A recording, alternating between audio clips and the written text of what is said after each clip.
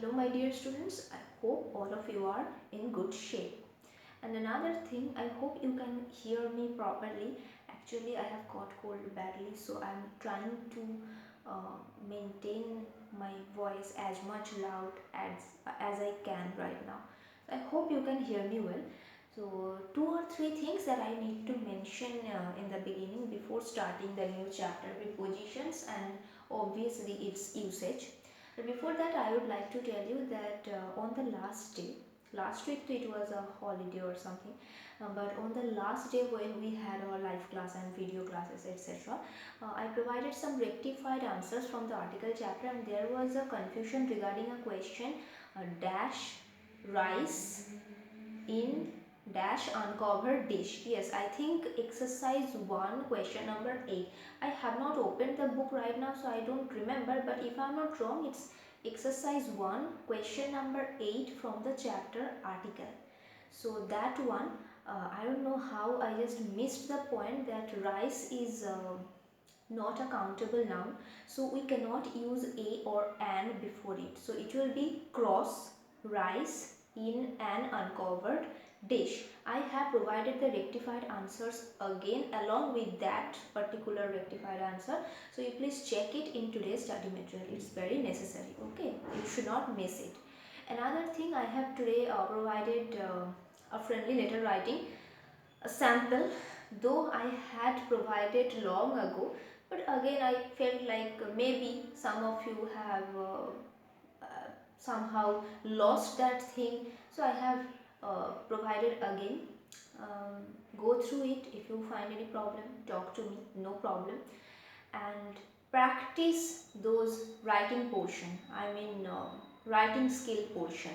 Grammar, so I am sure that you are practicing. Practice those, the questions that I am providing, solve those, the paragraphs, the later writings, the unseen comprehension, all these things you need to uh, write down and solve. You know, during the live class, if I keep on checking these things, I will not be able to clarify your doubts. So much time it will take. So if you are finding any problem there, you please talk to me. Maybe during the live class or anytime. Okay, you contact me and talk to me. That means I am finding, I'm facing some problems here. Okay. Today I have provided another unseen comprehension, though these things are, you can get easily anywhere, in internet, in another book. There are lots of sources available for these things: unseen comprehension, unseen composition, later writing, all these things. So I am providing some questions so that you can get the questions easily. If you complete answering those questions, you search another questions, other questions on those topics and solve them. As much as you can practice the writing skill portion, your writing skill would get developed, would be developed. Okay, so solve that unseen comprehension today, and if you face any problem in unseen comprehension, it is totally up to you. Unseen comprehension, you need to go through, you need to understand, you need to comprehend the meaning, you need to solve. If you face any problem or if you have any doubt regarding any answer, you inform me, because I need to go through that passage, you know, otherwise how would I solve? Give me some time and then I will answer your question, okay, about unseen comprehension. And today I have provided a new thing. Okay, the first topic that today we will discuss is an old topic, is unseen composition. Unseen composition. I hope you have not lost the format, or even if you have lost it, if you it is not lost from your brain and mind, I hope. So the composition format in this particular standard, 6th standard, you need to write the composition within 200 to 250 words. 200 to 250 words. Obviously it will have a crisp, attractive, very a very catchy kind of heading or title that can indicate, just by going through the title or the heading, the reader should get a hint that okay, this passage is about this particular topic. The writer has written about this particular topic. So your title should be catchy, crisp, as well as very much it should reflect the idea that is going to be discussed in the passage. Next, what is the thing I have again attached this particular thing in today's study material. I don't know how many times I have attached this. Next, obviously the introduction part. Now I have mentioned it should not be too lengthy. The introduction should not be too lengthy. It should provide an idea about what we are going to describe. We have discussed these things before, that from the introduction again we need to get an idea that okay, now the writer is going to explain these points. So you need to give a vivid but short idea. Through a short length you need to give a proper idea about your passage in the introduction portion. Then the body of your passage, it obviously will contain the main ideas that you are going to explain in your passage, and the conclusion should summarize your key points that you have mentioned throughout the body of your unseen composition. Those key points would be summarized in the conclusion. So these things are very important if you want to write a proper unseen composition. Now what did we learn? First one was descriptive, that we learned when you will be given a topic. About that you have to describe. You have to describe that particular topic. We also learned autobiographical narrative. When suppose I would ask you to consider yourself as a tree or as a pen, then some incidents, some hints would be given there. Suppose some hints would be given there, and you will have to build an autobiographical narrative of that particular thing. You have to consider yourself to be that pen or pencil or whatever it is given in the question paper. Then you will have to take first person narrative, means I, right? And then you will have to build a composition on that particular topic. Today you will find that I have provided an argumentative essay. Okay, you remind me in the live class. Okay, you just give me a second. You give me a second. Sorry for the interruption. So today we will be discussing about argumentative essay. I am explaining the thing that I have provided in the study material only. Okay, I got these points beautifully written, so in a very organized manner. I liked this portion mentioned in this book, so I thought, why not sharing with you? So an essay gives one an opportunity to express one's views on a certain topic, obviously. Now, tips to write an argumentative essay. Okay, divide your essay into 3 parts: introduction, body, and conclusion. Introduction, body, and conclusion. Same thing, whatever kind of essay it is, whatever kind of composition it is, this particular format will remain constant. Title, don't forget to give it a catchy and appropriate title. Then introduction, body, conclusion. This introduction should have a short paragraph that tells the reader what the essay is about. We have already discussed these things. Now the body of the essay of an argumentative essay, what should we discuss there? Decide if you are going to agree with the topic or against it. Let me give you an example. Most probably today, I have not decided yet, but I think today I am going to give you the topic that is traveling a good idea, or is traveling good or bad? These things would be there. Such topics would be there. So decide if you are going to agree with the topic or go against it. Okay? Organize the points you have thought of so that one flows naturally into the next. Yes, so the points that you are going to explain, maybe for it or against it, those when you are jumping from one particular point to another point, there should be a link. At first you are suppose you are writing it tastes nice, and next point, suppose you are explaining something, and in the next point you are writing I love riding bicycle. No connection, na, in this way it won't work. Okay, think of one or two examples to support your points. Yeah, real life examples, they are always welcome. If you can establish your point with real life examples, those are always welcome. Do not ignore the cons. Suppose you are going on to explain the pros of the, suppose the travel thing.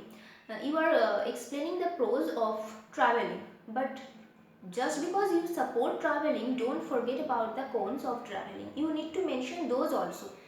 But you need to establish your pros in such a way that yes, these cons are there. Suppose traveling, you can mention so many pros. I'm not going to explain, you think on your own and then you write. Cons, you can say like it can be costly, right? It can be costly, it takes time, and so on. If you are having any other idea, you add that in your to that composition, in your own composition. After mentioning these cons, you need to build your own idea in this way that yes, even after these cons, we can plan a trip according to our own budget. So there is always a way when someone has will, proper determination.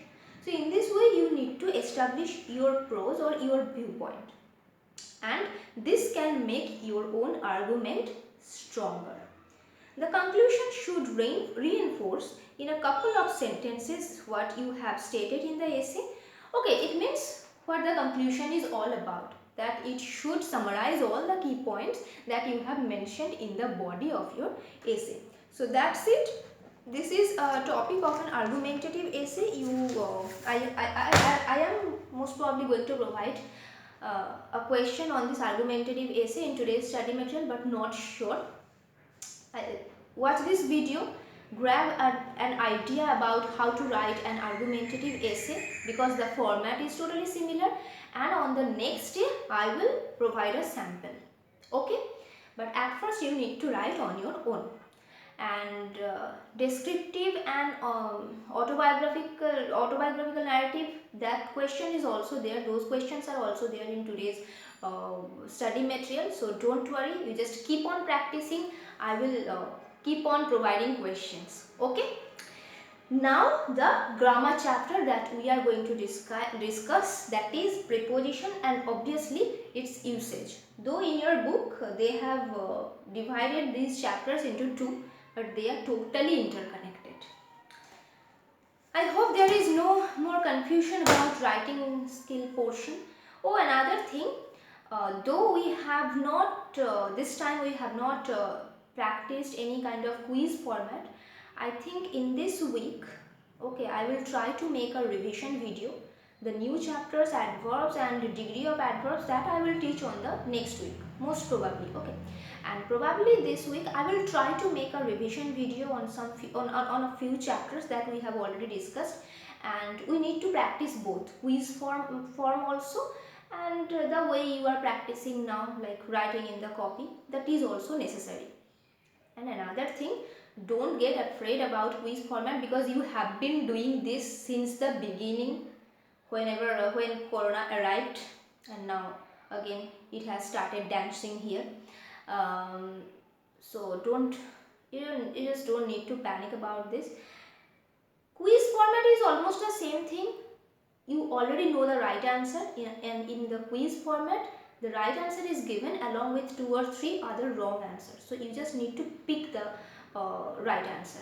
That's it, nothing else. Even if you keep on practicing at home normal questions, you can easily solve a quiz format.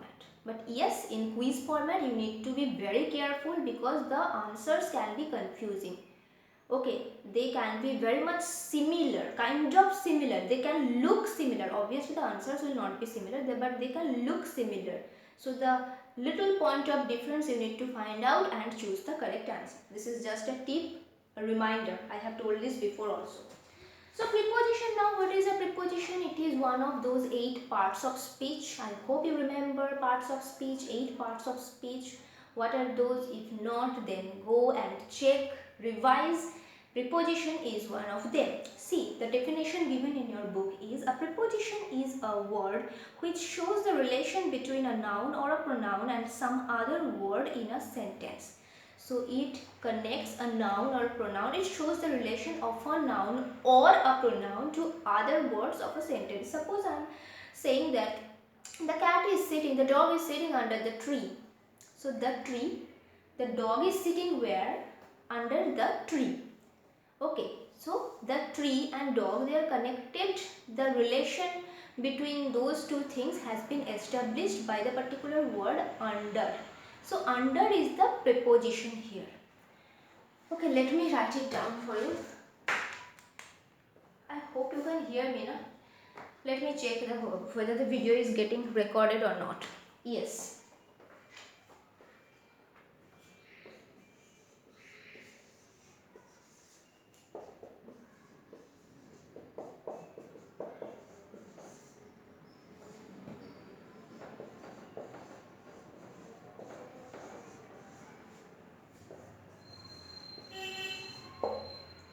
So the dog is sitting under the tree. If I change this under, the dog is sitting near the tree, the meaning gets changes a little bit. Okay, in this particular sentence the change is very little, but suppose if I write the book is kept on the table, and if I change it like the book is kept under the table, the meaning totally changes. Meaning means the relation between the book and the table totally changes based on that particular word.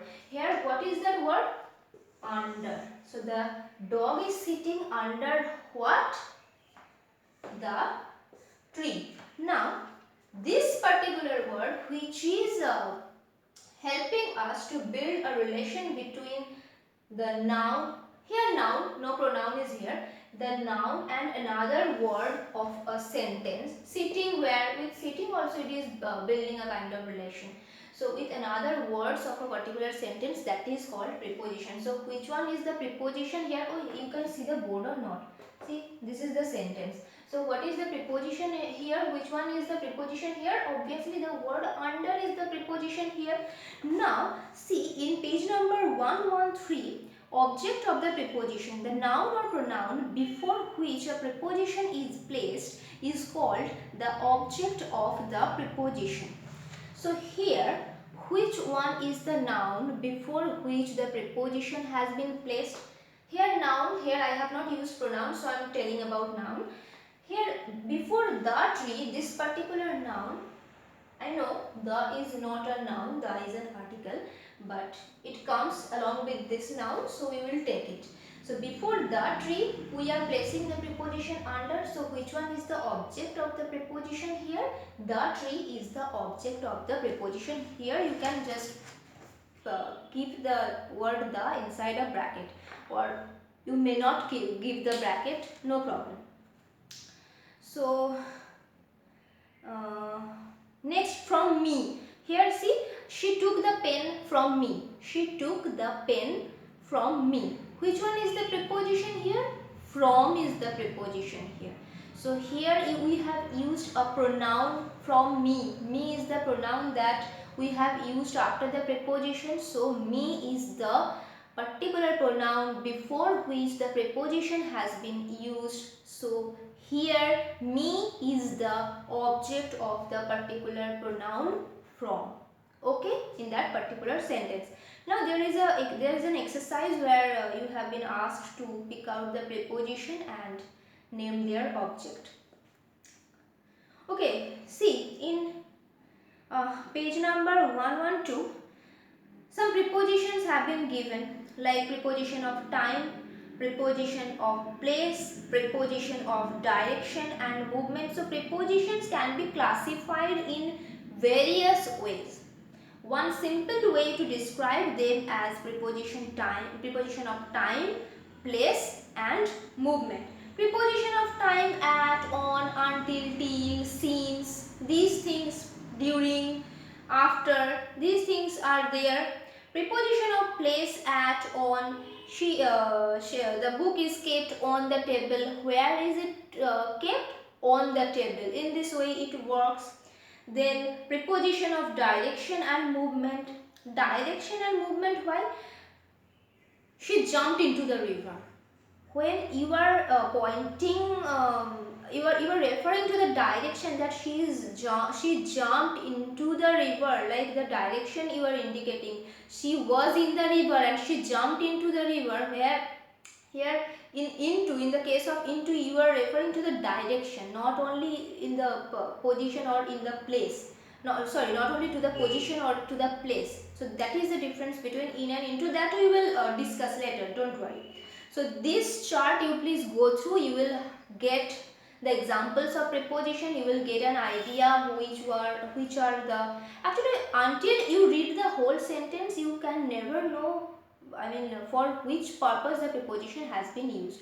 So go through the whole sentence. When an example is given, then you will understand whether it is a preposition of time or preposition of movement or direction or preposition of place. You will easily understand if you go through the whole sentence. Okay.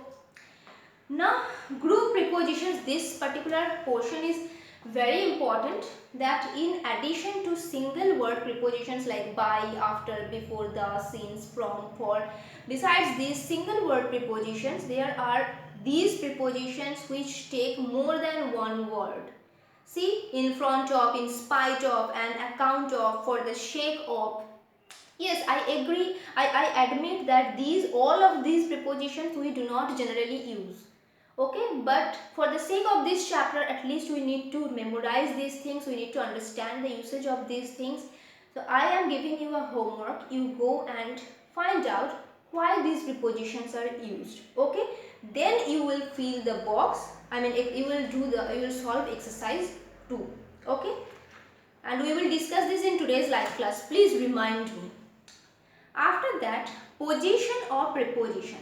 Prepositions, as I mentioned, are generally used before the noun or pronoun, and that particular noun or pronoun that is placed after the preposition, that is the object of that particular preposition. But sometimes prepositions are placed at the end of the sentence when the object of the preposition is a question word. What are you thinking about? What are you referring to? So, what are you referring to? Think about it. Do I need to write? Okay, I'm writing. Maybe it will be easier for you to understand if I write.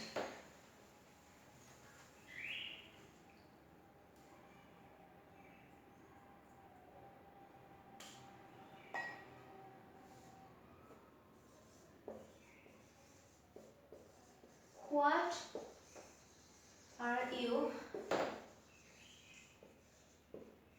talking about? What are you talking about? I hope you can see the board. So this is the particular sentence where which one is the preposition here? What are you talking? No, about. So this one is the preposition here and it has been placed at the end. And which one is the object of this particular preposition in this sentence? You are talking about what? In this way you need to think. You are talking about what? So if you think it as a statement, you will get the answer, the object of the preposition. You are, not thinking. You are talking about what? So when you think it as a statement, what, the particular word what comes after the preposition about what. So what is a question word that has been placed here for the sake of making it interrogative. So in these particular cases, exceptional cases, we place the preposition at the end of the sentence. See, it has been mentioned the preposition comes at the end when its object is a question word. Next, the preposition comes at the end of a clause beginning with that. In some cases, that may be implied. Always we do not mention that. This is the book that I was referring to, and if we keep that particular word implied, this is the book I was referring to.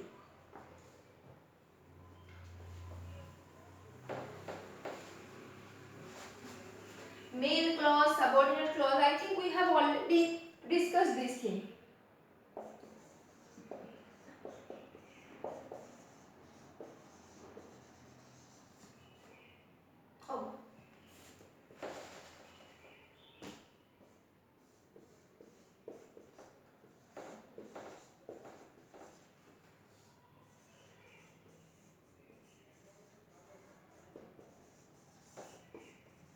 So this is the book I was referring to. If we do not keep the word that implied, then where will it be placed?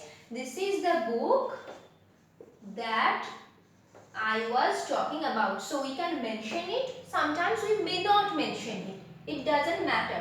So which one is the clause here? Which one is the main clause here? This is the book. This one is the main clause. It has its own meaning.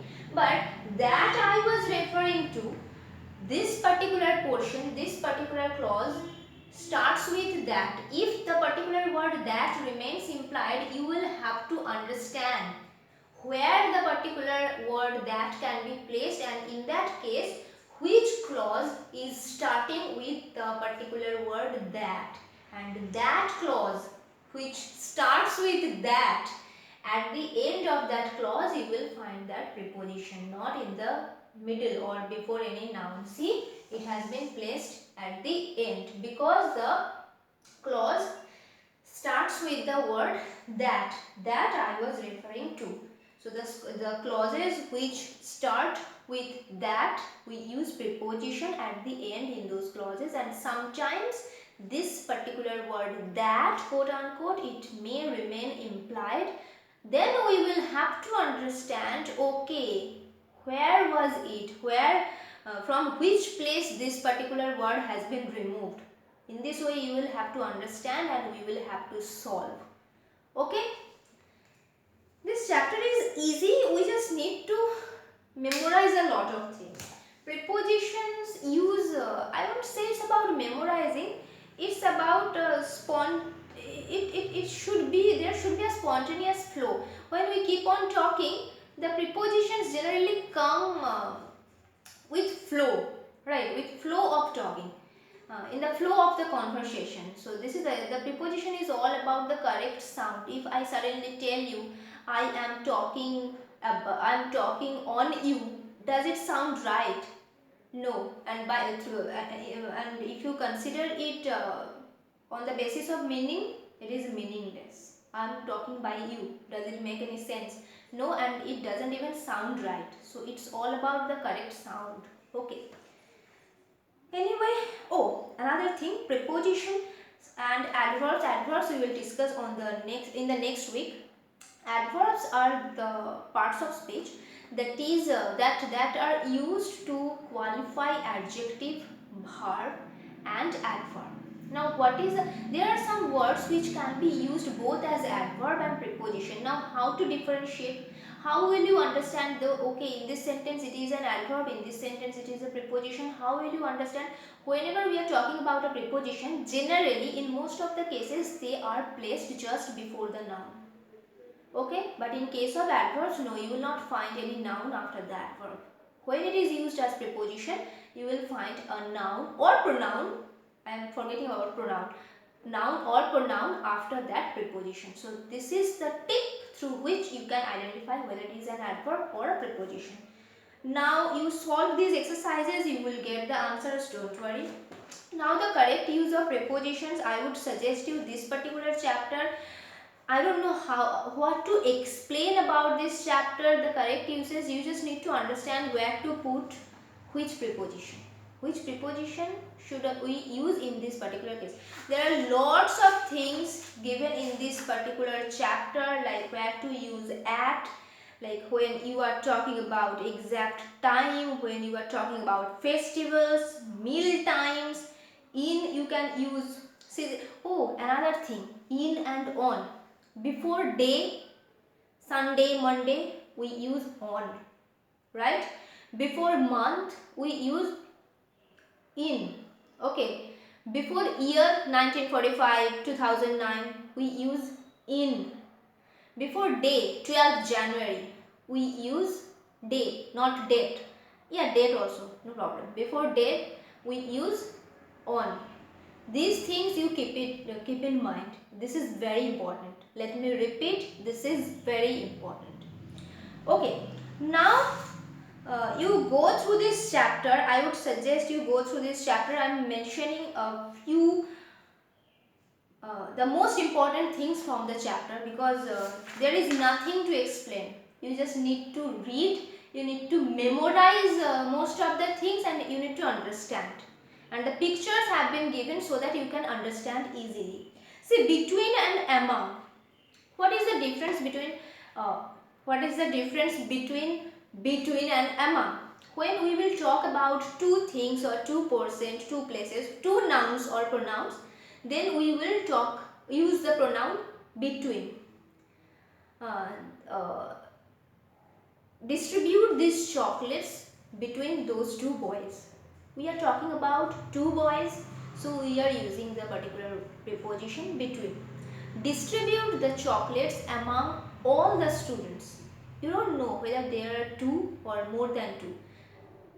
The main thing is the particular word two has not been mentioned, both has not been mentioned. So the words which are used to indicate the presence of two nouns or pronouns, any such word has not been mentioned. So we will go for among. So between is used when we talk about two. Among is used when we talk about more than two. Now in and into. See, this is very difficult to explain, but this is very easy to understand. See these symbols, I would say. These are not pictures, these symbols. In indicates the place. Okay, yeah, the ball is in the basket. The ball is in the basket means it is indicating the place of the ball, that is there in the basket. She is throwing the ball into the basket means it is showing the direction. It is thrown into that, and after being thrown into, when it will be placed there, then it will be in it. But into suggests the direction. This is the difference. If you are unable to understand, there is no new way to explain, I guess, but I will try again in the live class. You just ask me, I will try again in the live class when we will communicate. Two-sided communication is necessary in this case. Okay, now above, below. Above, at a higher level, the sun is shining above our head, where you can't touch it. Okay, I used to remember it in this way. This is my tip. On is used when it is touching the thing, like the book is kept on the table, so it is touching that particular thing, so it is on. Over means where I can touch it, but it's not touching. It's like this. Hey, you can see it's not this, it's like this. On is like this, over is like this, and above is high level. Okay, high level. I used to remember it in this way. Below means at a lower level, and okay, over means vertically above, covering. Okay, just go through the examples, you will understand. And under means vertically below. Okay, no problem. See, his body is below the water, and where? Under. Yes, the cat is hiding under the table. In this way, you need to understand the difference. Okay, just go through the examples. I'm sure you will be able to understand the difference. If you can't, don't worry, I will be there. Now, beside and besides, they have absolutely different meanings. Beside means near something. See, by the side of. He is sitting beside the window, maybe enjoying the view or something. And besides, which has s at the end, it means, see, the meaning has been given apart from or in addition to. Sometimes in literature, when we write something descriptive, okay, besides these things, there is another thing we can mention. Means apart from the points that I have already mentioned, I need to mention other points. So beside and besides, they have no similarity. Okay? Okay. Next page. By and with. This is very important. By relates to the agent, to one who performs the action. The snake was killed by me. And with relates to the instrument with which you have done that particular action. The snake is killed by me. I killed it with a stick. Not stick, with the stick. So you used the stick as an instrument to do that action, and who led that action? You. So the agent, when you are referring to the agent, you will have to use the preposition by. When you are referring to the instrument, you have to use the preposition with. I'm getting confused between words. Preposition, pronoun, God knows what I am uttering. Anyway, words followed by appropriate prepositions. Yes, there are some words that have been mentioned. You must go through and memorize each and every example mentioned here in page number 118 and page number 119. Like some exceptional things or some more important things. Everything is important, as I always say, but some more important things I am mentioning here in the video. Like after recording, always we use to. Such examples, so many examples have been given where generally that particular preposition only is used after that particular word. Okay. So, afraid of.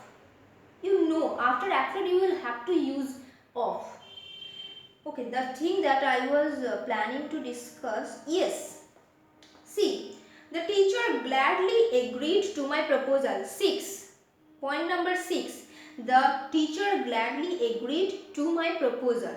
And the next one, we all agreed on this point. Here, at the bottom of page number 119, you can see that now it is quite common to use agree with the reference to things also. We agree with a person, we agree to a proposal, we agree on a point. So nowadays we can use agree with in case of things also. Along with persons, in case of things also we can use agree, but as it has been mentioned, you try to memorize that agree with when there is a person after the preposition, agree to when there is they are talking about a proposal, like yes, my proposal. See the example, it will be clear for you. We agree on a point, that we all agreed on this point. In this way it works. The two parties are aiming at some kind of compromise. Aiming, after aiming we always use at. So go through all the examples. Angry with, mandatory. So in this particular portion they have mentioned the examples where this particular preposition is used after this word. And there are some exceptions, those have been mentioned very beautifully. Okay, now that I want to discuss point number 12. Neha applied to the principal for 3 days leave. So we applied to a person for something. Before the person, when you are applying, you are using the particular word apply. Use to before the person, use for before the topic for which you are applying, before the thing for which you are applying. Before person to, before something for. After ashamed, always of. Next, point number 27. We called at Renu's house on our way to school. So we call on a person and we call at a person's house. When you are using call on, it means you are referring to a person. Call on means visit. Okay. So when you are using a person's name or any person before after the preposition, you will use call on. The preposition on will be used, and if you are visiting that person's house, then it will be called at. Generally before places we use at. So in this way you can memorize. Okay, the police 30. The police charged him with theft. Yes, we say accuse somebody of theft but charge somebody with theft. So when you are using the particular verb charged, you will have to use with before the particular word theft. When you are accusing, you are using the word accuse, you will have to use of before the particular word theft. So this is all about memorizing. See, 64 satisfied with, always we use. 61 quarrel with. Knocking at the door. Point number 53. Somebody is Knocking at the door. Knock on is also acceptable, but in most of the cases we are habituated to use knock at. So you can go for knock at. It would be easier to memorize. Thankful to a person for something. 72. We are thankful to a person for something. So towards the person whom you are thankful, before the name or pronoun used for that person, you need to put the preposition to, and for the topic which you are thankful, before that topic you need to use the particular preposition for. So that's it. This chapter is all about memorizing, I would say. Right now, at first, as no preposition, it's not possible that you are reading it for the first time. I'm sure that you have read it before also, so it would be easier for you. Go through the chapter very minutely. Lots of prepositions are there. Okay, so don't get confused. In case of preposition, I would say don't get confused. Okay, don't make it confusing. It's not at all confusing. You don't make it confusing. Any query, anything, you can easily ask me in the live class, you know. So we'll be meeting there. Solve the worksheet as early as possible, and if it becomes possible for me to upload an extra revision video in this week, then watch that video, solve the worksheet or the homework in the study material. Most probably I will give a quiz form worksheet. I will try so that you can practice a little.